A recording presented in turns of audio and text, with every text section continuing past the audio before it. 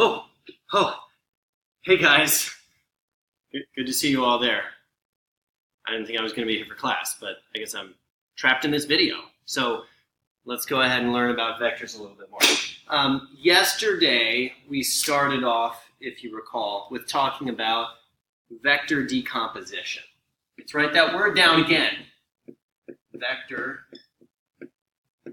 decomposition. All right, and remember the idea for vector decomposition is to say, well, if we have something that is a vector, that is moving in a direction, right, that has a magnitude and a direction, those are the two things that vectors have, then if it's going, say, like this, with respect to our coordinate plane that we're drawing, we can say, well, this vector is really made of, composed of, an x component and a y component. All right, and we also got as far yesterday as saying, all right, if we call this side the hypotenuse, r, that's an r, kind of sideways, okay? And this is theta, and we can label this side maybe x and y to represent the x and the y components, all right?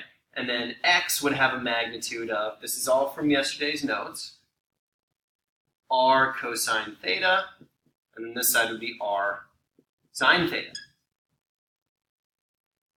Okay, so we did that yesterday. And remember, the idea with this is that if, let's say, somebody walks from here to there, that's the same as them walking like this and then like that, or any number of other combinations, right? The idea, regardless, is that going from this place to that place is composed of two types of motion, one being going so far this way and so far that way.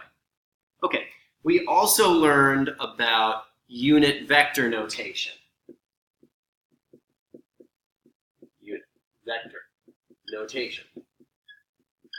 All right, unit vector notation, if you recall, is where you have an x, y, z coordinate plane.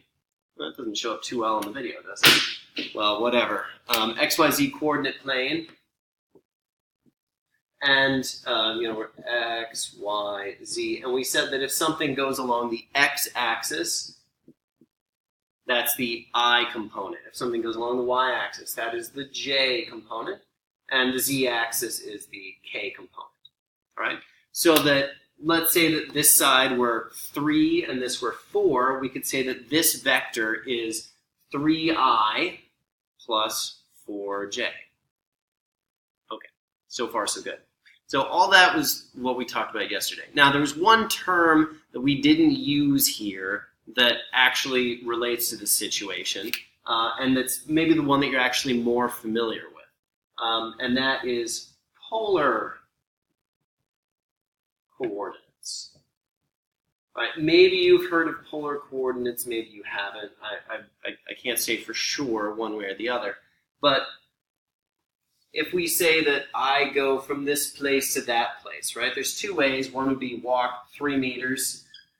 Let's replace that with a 3. And this, say, 4 meters, right? I could go 3 meters, 4 meters, or of course I could go directly there, which 3, 4, 5 triangle, right? So if I walk 5 meters there, and you do a little bit of trigonometry, you discover this angle is approximately 53 degrees. So the two ways that I could express, let me make that vector a little bit less cluttered. Two ways that I could express going from here to there, if this is 5 units long and at an angle of 53 degrees. The two ways that we could talk about that would be to say, in unit vector notation, this is 3i plus 4j. Or in polar coordinates, I'm sorry, this is poorly labeled. This goes with that. Okay, in polar coordinates, we would say 5 units, meters, whatever they may happen to be. 5 at 53 degrees. All right. There is another way that you will sometimes see this written. I'll write it. I won't usually put it on test because there's no need to. But it looks like this. 5 angle 53. You might see that in math class at some point, but pretty much we're going to go with this more simplistic description of which way it goes. All right, now the new stuff. We started yesterday kind of going over the example 1, so let's finish that one. All right, so here we have Joe trying to make it to local ice cream establishment incorporated. And unfortunately, the red maybe isn't displaying as well as I would like, but here goes. Joe, it says in the prompt, have out your notes packet right now, by the way, so that you can go over this question and write stuff down. All right, here goes Joe at, it says, 3 meters per second, crossing the street in a very unsafe manner because witness, of course, here is the cross. What is this guy doing? All right, anyway, there's 3 meters per second. And he's going at an angle of 30 degrees across the street. All right, I am not, by the way, trying to indicate that he is going up in the air, right? The x direction here is across the street. The y direction is down the street, right? So Joe is running directly for the door rather than doing the safe thing of walking like this, because that is, whatever, less work. Joe's like a lazy guy or something, I guess. So here he goes. Part B of the question wanted you to talk about the x and y components of Joe's velocity. Now, all the examples that we did yesterday involved vectors that were displacements, right? Like if I go 5 meters like this from here to there, right? That's the same as going 3 meters or 4 meters, or 3 meters and then 4 meters, right? Fine, we just talked about displacement vectors. But you can do the same thing with any kind of a vector, right? A velocity vector can have components. If I throw something at an angle like that, all right, at any particular moment, its velocity was in some direction, and if its direction was any kind of an angle, then that vector had both an x and a y component, right? It's going to have both of those things at any one particular moment. Okay, an acceleration, for that matter, is going to have a vector, right? Or is a vector. Gravity is a vector downwards with a magnitude of 9.8. And of course, we say it's negative 9.8 because it's a vector in the downwards direction, and we said the negative direction is down. Okay, I have to go get my marker.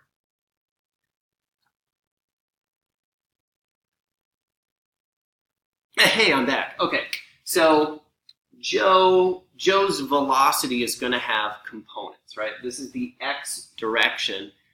While his velocity has a magnitude of 3 meters per second, the x component of his velocity is not 3. If you think about Joe crossing the street directly, he could cross this 9-meter long street like pretty quick, because it's only 9 meters. If he runs straight across at 3 meters per second, he can be on the other side in 3 seconds. But since he's choosing to cross this way, it's going to take him longer because the component of his velocity across the street isn't going to be all 3 of those meters per second. It's going to be just this side of the triangle. If you haven't picked up on how the triangle is always going to be laid out, the x component and the y component are always going to be perpendicular to each other because the x and y axes are always perpendicular to each other. So this is always going to be a right angle, which means that you can do trig in a pretty straightforward manner.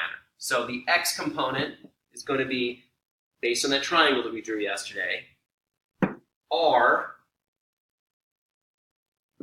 cosine 30, because, hey, it's the adjacent side. All right, for the y component, that's going to be 3 sine of 30. And you can put that in your calculator and find out, hey, this is 1.5 meters per second, and this one is 2.6 meters per second. All right, now, the next part of the question wants to know how long it's going to take him to cross the street. I'm not really interested. Let's skip ahead to part D, which wants to know what is his velocity in polar coordinates? It's actually basically given to you in the question. There's nothing to do here. So in polar coordinates, it's going to look like this. Hey, he goes 3 meters per second. That is the magnitude of his velocity. What direction is he going in? At 30 degrees. There we go. Oh, this should have a unit for it, right? There we go. So in polar notation, his velocity is 3 meters per second at 30 degrees. Usually you have to specify like where it's 30 degrees from, because it kind of matters, right? 30 degrees from here, from there, what are we talking about? So 30 degrees above the x-axis would be maybe the most succinct way of saying that. Okay, so that's in polar. In unit vector notation, that's with the i's and j's and stuff. His I component is this x component here, so 2.6 I plus 1.5 j, and then he has no k component because he's not using a jetpack to land on the roof. Okay, he doesn't go upwards, right? He has no upwards velocity, unless he's hopping the whole way. Okay, sorry. So 2.6 I plus 1.5 j. All right, fine. I think that should cover that question, because, hey, that's actually part D, and there's part E. Now, this is maybe kind of a silly application of vectors, meaning there isn't really any particular reason why you would have to use vectors for this question. On the other hand, we will get to questions later where you definitely have to use vectors in a big way. Now, the main things I wanted you to get out of this problem were just being familiar with the names. Polar means it looks like this, right? Magnitude and a direction. Unit vector notation is where it's in terms of I and j.